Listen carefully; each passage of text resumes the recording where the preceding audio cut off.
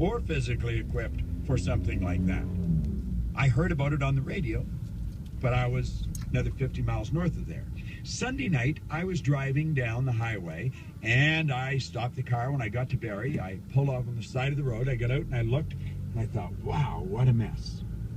Well, there was another man did the same thing at a different time, but he did the same thing. Now, this other man and I were to meet the following night, on the Monday night.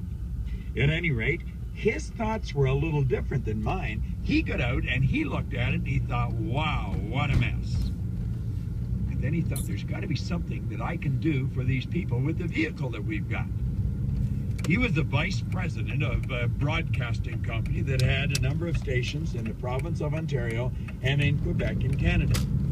Well, this idea, there's got to be something we can do for these people, kept playing on his mind. Now, he came out the following night and stood in the back of the room with another gentleman, and the two of them were evaluating the seminar that I was putting on because they were trying to figure out whether they wanted me to work for their broadcasting company, which I subsequently did and worked for the entire broadcasting industry in Canada.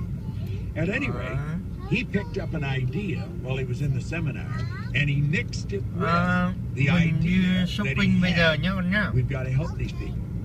On the Friday, he called a group of his executives together. He took a flip chart, and on the top of the flip chart, he wrote 3, 3. Now you'll notice on page 32, the A. I'm going to call that the A line. You can put anything you want on that A line. He put 3 threes. He then said to the people, he didn't have the rest of this drawing. All he had was 3 threes at the top of a flip chart. He said, how would you like to raise $3 million in 3 hours, 3 days from now, and give it to the people in Barrie? Well, he said there was stunned silence in the room.